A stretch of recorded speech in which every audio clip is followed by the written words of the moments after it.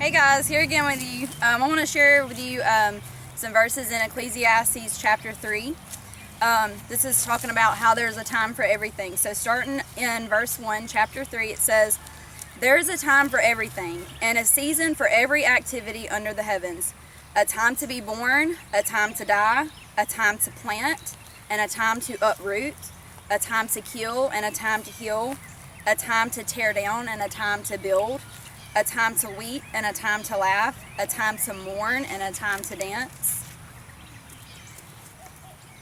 a time to scatter stones and a time to gather them, a time to embrace and a time to refrain from embracing, a time to search and a time to give up, a time to keep and a time to throw away, a time to tear and a time to mend, a time to be silent and a time to speak, a time to love and a time to hate, a time for war and a time for peace."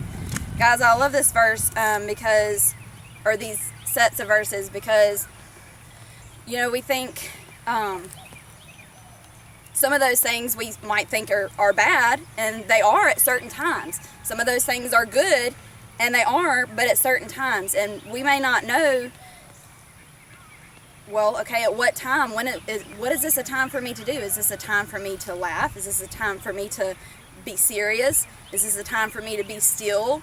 Or is it time for me to mourn or to dance? What does God want you to do right now, guys?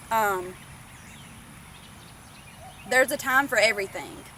And if you're not sure what it is that you should be doing right now, how God wants you to,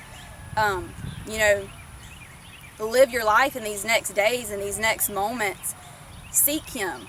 He's gonna, He has a plan and a purpose for what it is He wants to teach us and when.